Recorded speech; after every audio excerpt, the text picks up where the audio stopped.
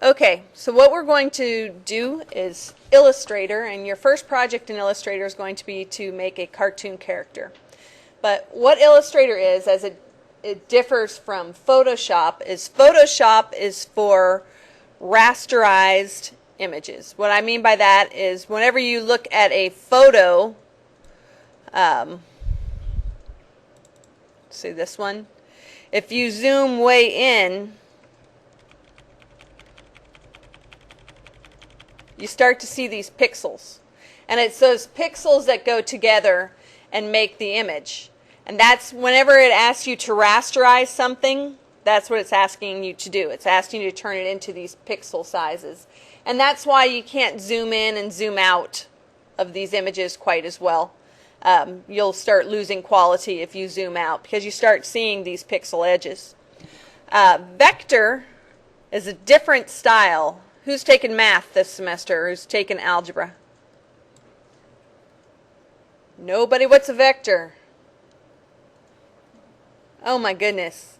We need to bump up the math requirement in this program, I think. A vector is a line, right? And vector images, basically stuff like this that is cartoony, that's made with a vector. And they're just lines, you draw lines and you fill it.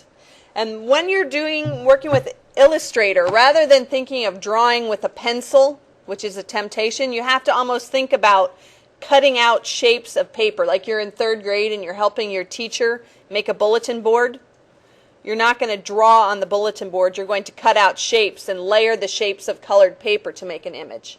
And that's what Illustrator is. So in here, I'm just going to go ahead in my Illustrator and I'm going to open up a new document. I'm going to go ahead and take the default artboard size, which is letter size. That's fine. So this is my artboard, and I can draw on this piece of paper, or I can draw off here on the sides, wherever I want, but only the things that are on the artboard are going to actually show if you print or if you save your image as something. The only ones that count are the ones on the artboard, which is your paper here. Okay.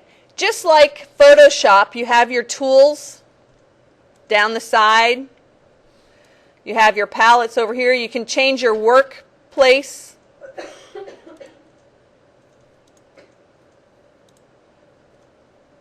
By messing with these things over here. Let me move all my things so they're kind of layered, nice and pretty. So it works similar to Photoshop. And when you have tools, the property of the tool goes across the top, just like Photoshop. So you're going to feel like you're working in Photoshop. And it's going to frustrate you because it's not Photoshop. And you're going to expect it to behave like Photoshop and you're going to get kind of irritated. Also, if I talk about a tool and you don't see the palette, it's going to be down here in the windows. That's where pretty much everything goes. Okay? Now, again, like I said, this is making shapes and layering them. So I'm going to go ahead, and my favorite tool to draw with is the pen tool.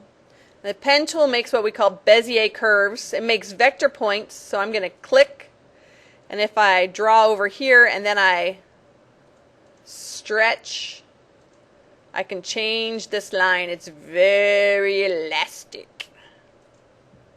How fun is that? This is why I like the pen. It's just so curvy and stuff. Now, since, remember, we are trying to make colored paper, you always want to make a closed shape. So I'm always going to end back here on the same point that I started. Okay, so here's my shape that I drew. And if you look down here, I have the color of the fill. Right now I can tell it's selected because I have the blue line. I have my blue handles on there. I can change the color of the fill. I can change the stroke color of the fill. Right now you can see that there is no stroke. I can go ahead and put a black stroke on it here. So now I have a pink fill and a black line around it. I can change how thick that stroke is by going in, showing my stroke palette, which you saw there are speed keys associated with that. And now you can see that there's more of a stroke. As you are selecting tools in here, let me delete that little point I just made. A thing to remember is when you're selecting colors is we do have the color palette built into here, which is an online Adobe tool. So if you wanted to make, like I typed in here, cartoon character, 70s cartoon character, or I don't know, let's say cupcake. I want cupcake colors. It will give me palettes of colors that people created, artists created, and called them cupcakes. So you get colors that work together well. And if you want this to go into your swatches, so you can use them, watch this. Here's my swatch palette. If I say I want this to be vanilla cupcake, I'm going to hit that, add selected theme to my swatches, and there's my vanilla cupcake right here. So now I can use those colors. Actually, those are kind of boring. I want cupcake with sprinkles. Okay, so now I can go ahead and select this object. I want to use the correct selection tool. This black selection tool will select my whole shape.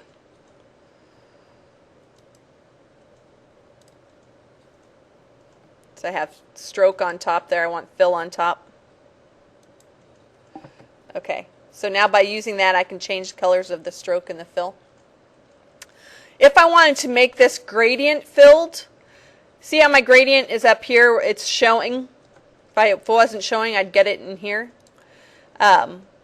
It's gray and white. If I want to change this to gradient, if I click that, it's automatically gray and white, which stinks.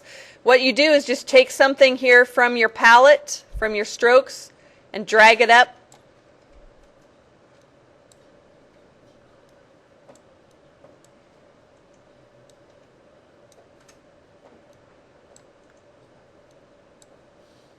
And then you have color. That's probably the easiest way. This is a linear gradient. If I wanted to make it a radial gradient, the difference between a linear gradient and a radial gradient, let me show you on something round, like a button here. See, that is radial, it's round. Let me stretch this up.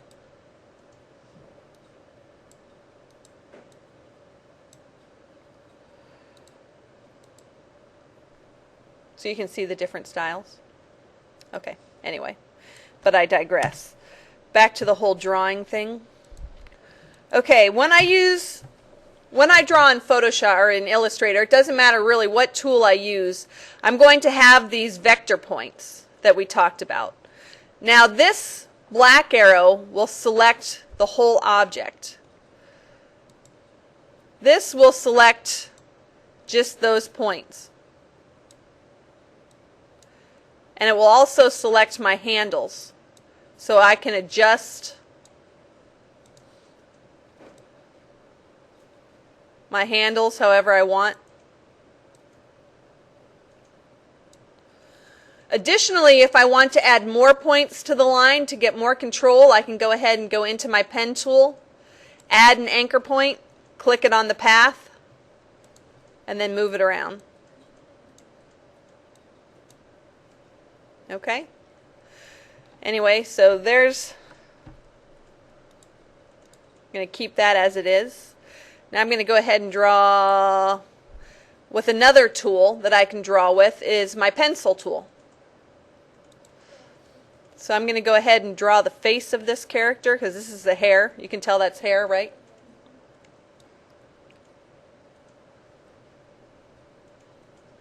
Again, I have to make a closed shape.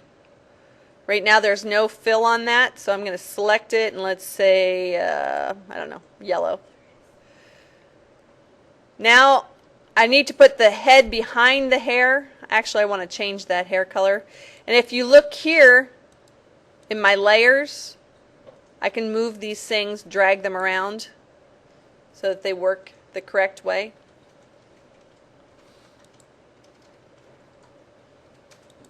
Just go back to, whoops, Control Z on that. Deselect. I want to change that hair color. Let's make that green.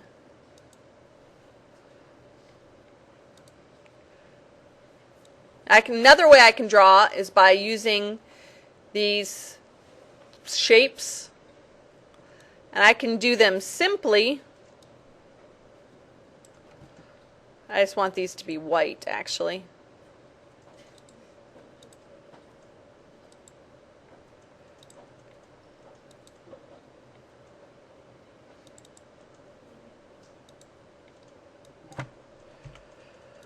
Zero, zero, zero is pure black.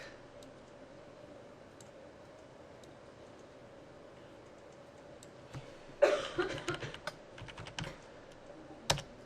don't like that. Let's make it so it's exactly the same size, so they don't look like they have a concussion. What do you call it if somebody's pupils are the same size?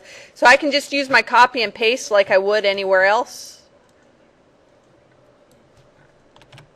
Okay, so here's my cartoon character started off.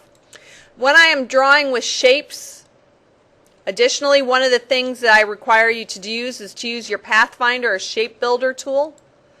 The way that works is you build a shape. Let's say I have this rounded square and I want to have kind of a circular edge cut out of it. I have these two things together, hit my shift. And then if I opened up my Pathfinder tool, this gives me multiple different ways that I can combine my shapes to make different shapes. If I wanted to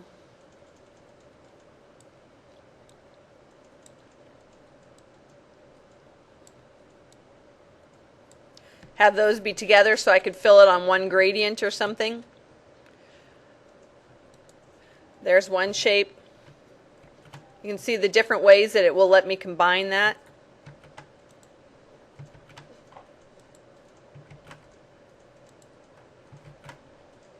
Anyway.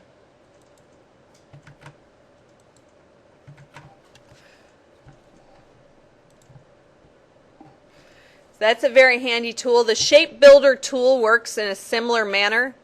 I'm not very good with the Shape Builder because I am very addicted to my Pathfinder, but you can play with that. I suggest you, where is it? Shape Builder tool is right here. It works in a similar way. I'm not nearly as good with it, so I don't even want to demonstrate it, but if you watch the Adobe TV videos, it's in there, and it does similar things to Pathfinder. I prefer the Pathfinder. It's a little bit more flexible for me. It's always done what I need it to do, but you may use either one of those for that. If we look real quickly at our rubric here, again, I said you're making a cartoon character or multiple cartoon characters, and you will probably make a better cartoon character than this. But even with the amount of effort that I'm putting into this, you can see that vector art does not need to be perfect or anything like that, because it's actually the imperfections that make it kind of cute. Kind of like your little kitty, your kitten gif with the ears going up and down. Imperfection actually adds character. This actually looks like something I've seen on the Disney Channel, I'm thinking as I'm looking at it. I'm recognizing this character, and I'm not even doing it on purpose. Let's take a look real quickly at what's on this rubric.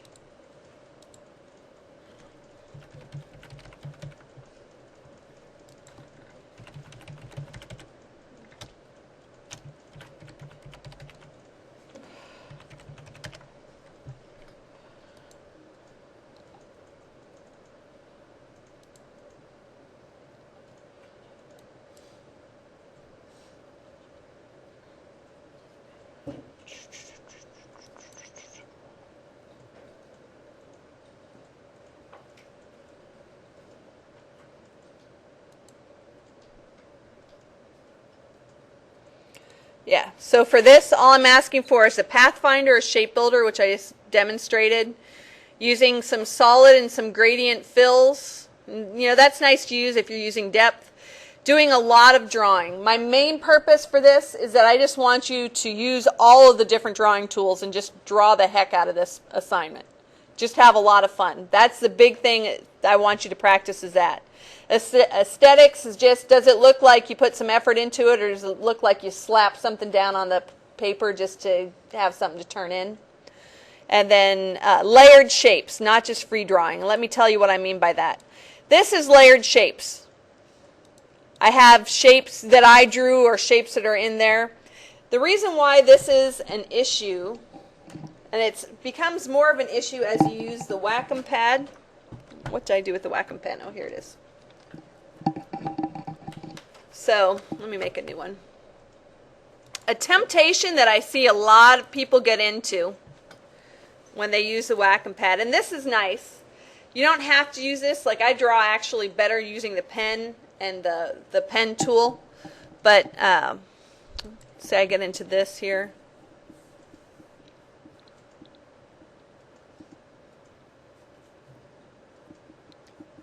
See, it's actually a freehand drawing. But what I see people do a lot of times with this, and why I say you need to use shapes, is they'll get somebody in there who's going to draw a character like, you know,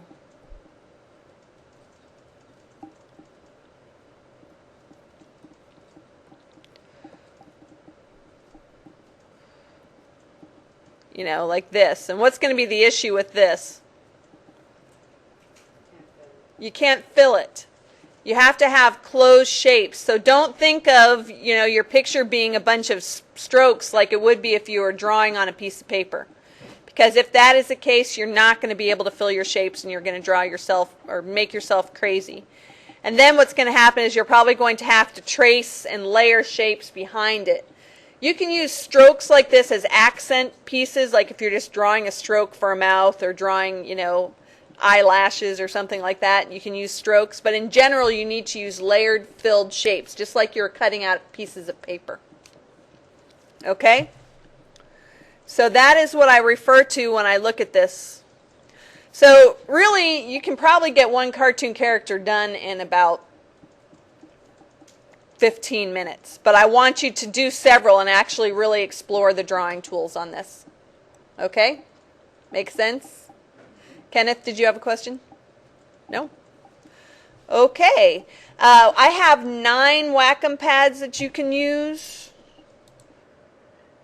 So we're going to look at rubric 2, and there have been some people who are asking me how to actually see the rubrics and see what it is we're working on. So I want you to, once you log into ACES and you select your class, the Digital Media Intro, go down here to Modules.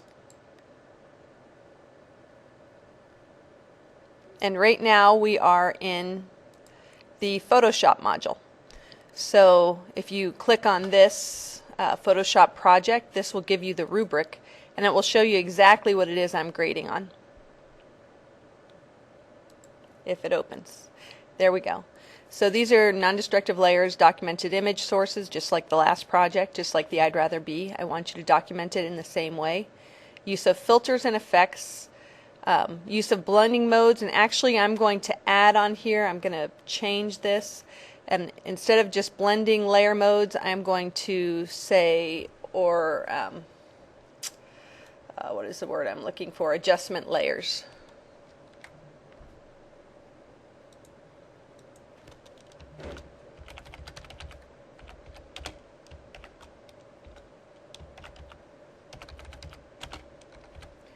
And we'll talk about both of those. Okay, so I'm going to pull this to the side, and then I'm just going to show you in Photoshop how to directly do these processes. What you're going to be making is a poster or a magazine cover, whatever it is you want to do, but something along those lines that is going to have a combination of graphics and text. So I suggest a poster or a magazine cover. Just all in Photoshop. So I am going to go ahead and create a new project. And if I'm making a magazine cover, I can go ahead and assume that that's like regular paper size, or I can make it a little bit bigger. So I can say US paper size is going to be 8.5 by 11, resolution 300. Now remember, for resolution, whenever you're showing something for the web or a graphic like that, typically the resolution to show on a monitor is 72 dots per inch or pixels per inch. With print, you're really going to ask your printer what they want. Any offset printer company or whatever is going to have their own, their own printing methods. color mode, RGB is typically if something's going to be shown on a monitor, on television, on a web, because red, green, blue are the colors that combine to make all the colors that show up on a monitor. However, if you're going to send something to print, you would use CMYK, cyan, yellow, magenta, and black. Cyan, magenta, yellow, and black. For this particular project, I'm not asking you to specify. I really don't care, because in the end we are going to show it on the monitor, but it would be something that you would do for print, so we're kind of fudging it either way. So I'm just going to leave it in RGB for right now.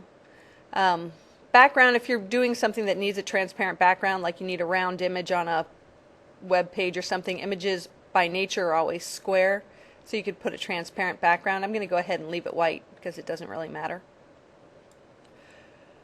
If I wanted a different size, I will leave this to you actually. If you wanted to have something that was a poster size, well, how big would you want that? How many inches by how many inches? You can actually tweak this. I don't really care. I'm not looking at the exact size, but I did want to show you how to do image size. Okay, so I'm going to go ahead and create that. And now if I want to add things here, let's just say I'm going to go ahead and take my picture from the beach.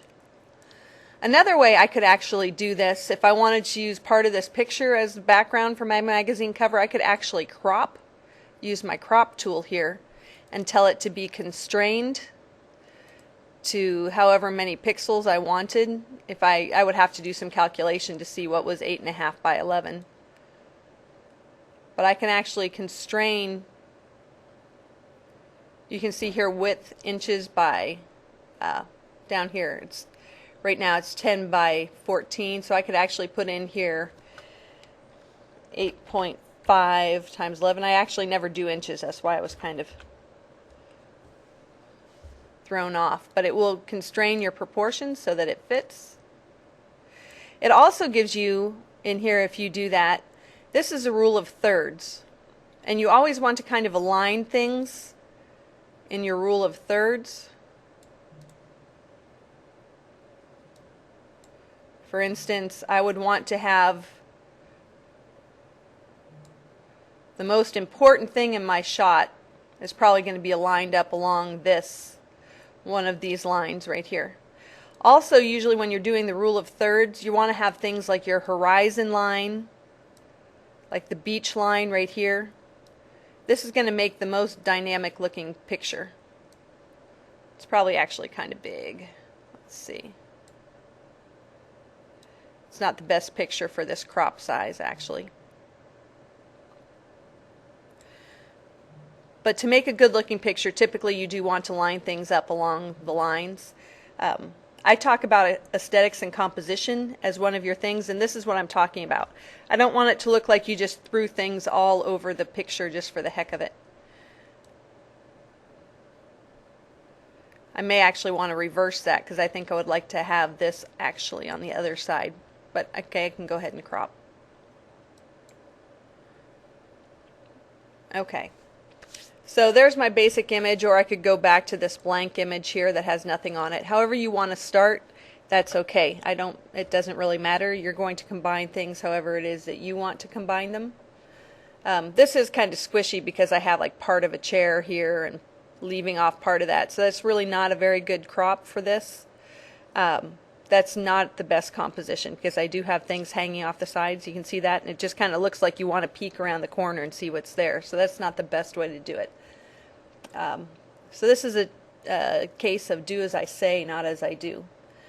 So the next thing I'm going to talk about here, if we look at this, I talk about non-destructive layers in smart objects. What non-destructive layers are, I'm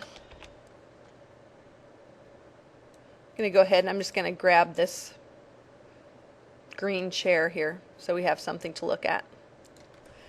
And I'm going to copy it and I'm going to paste it. And I'm going to paste it again so I have it twice and move it out of the way so we can look at it up here. Now I just have two identical things for comparison. I'm going to make this one smart and this one not smart. The way I convert something to a smart object is I right click on it and I convert to smart object right there.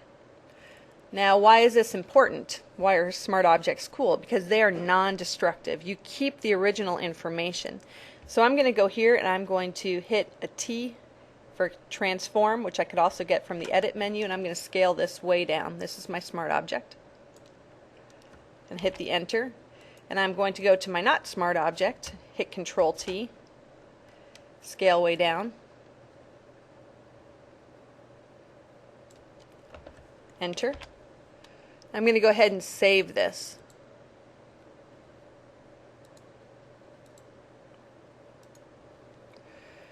Now, if I go in and I want to scale this smart object up again, you'll see that the quality is still the same. If I scale up the not smart object, I've lost a lot of quality. And that's what I mean by smart objects being non-destructive. No matter what you do to a smart object, it keeps that quality. Additionally, you know, if I go in and I apply some adjustments, I don't really have any adjustments I can do to that. I'm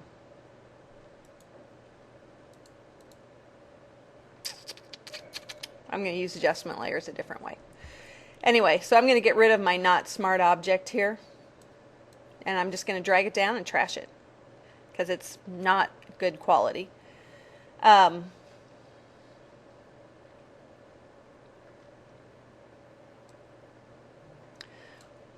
So that's the first thing on there, is every layer that you bring in, you should really have it be a smart object. Documented image sources, just like the word. Next one, use of filters and effects. When you have a layer like this, you can go ahead down here and go into your effects. Actually go up here, go to your filters, excuse me, this is what I want you to do up here. So for instance, I can go ahead and put a Gaussian blur on this.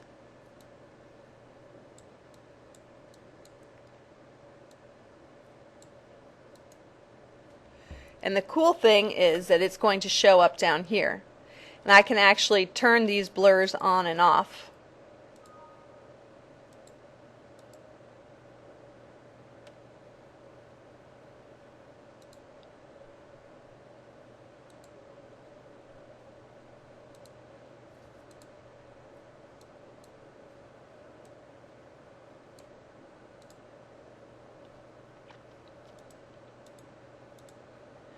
So that's pretty cool. I'm going to go ahead and turn off my filters.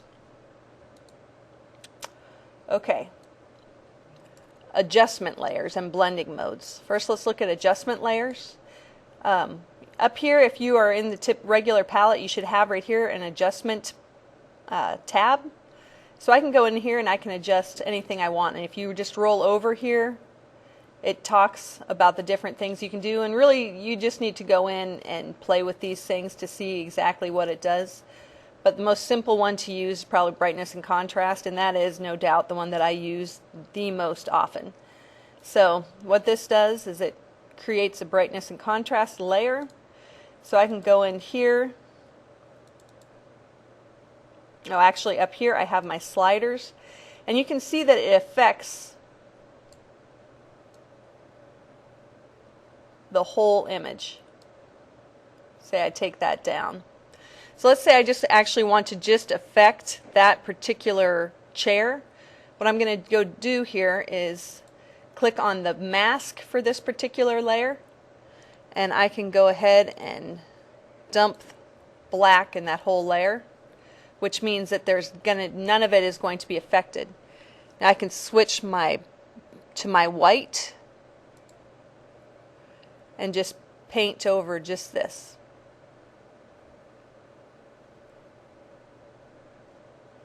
And you can see how that adjustment layer is just applied to that certain area.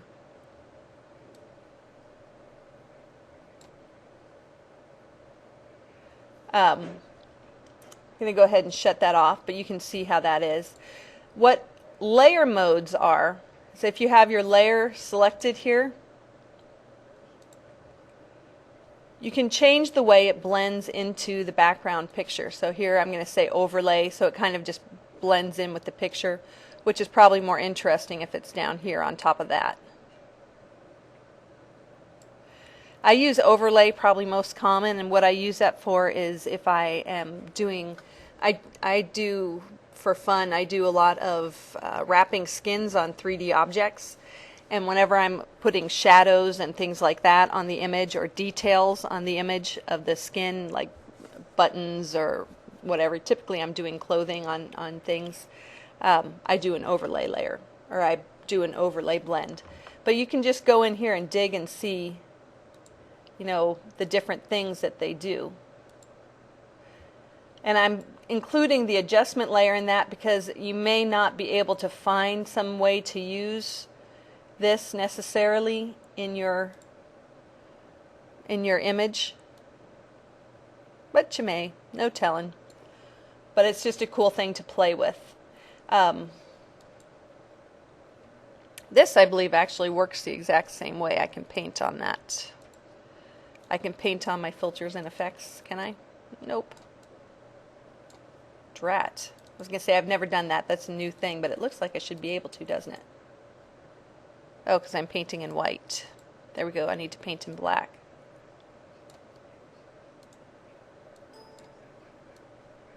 Oh, it says smart object must be rasterized. Nope, I don't want to rasterize my smart object, so I'm not going to do that.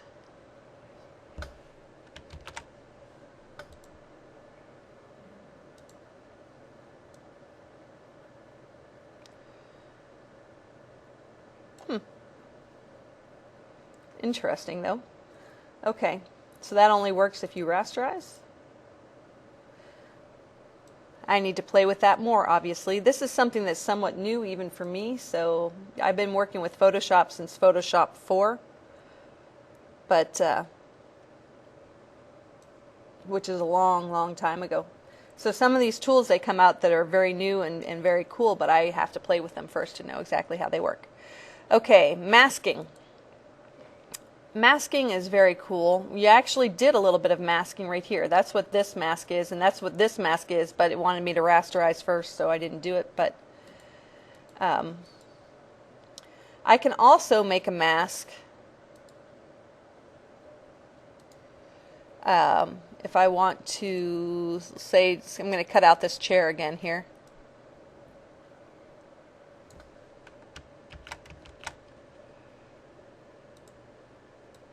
I'm going to move that chair up there, and suppose I just want that chair floating in the sky.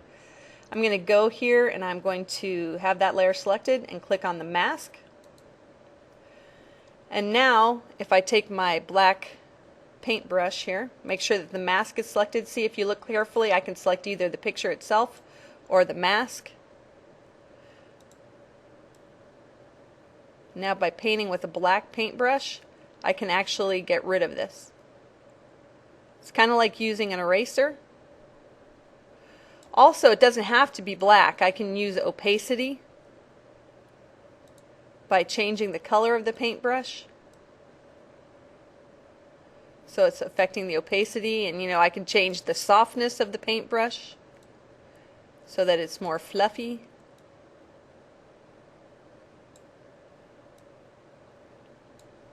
So you have a lot of control with your masks. Now, why is that so cool? Again, because it's non-destructive. I can go in here and I can disable this layer mask and it's fine. Enable layer mask. And we're good. Okay, the last thing on here is texting, or texting, putting text. And this is a real simple thing. You just get your text, activate, and type.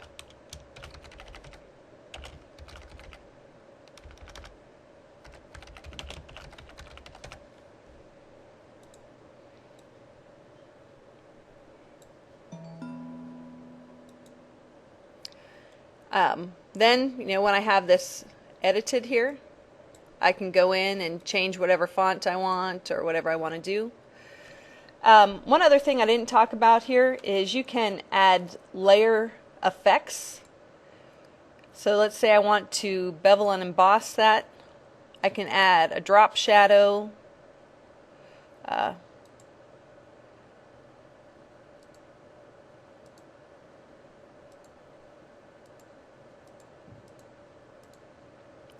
just by going in and playing with all these different things. And that's not only for text. I can do that with any different kind of layer. Just go in here to this F here at the bottom, the FX, and put a stroke around it. Whatever you want to do. And that is everything that is on the rubric.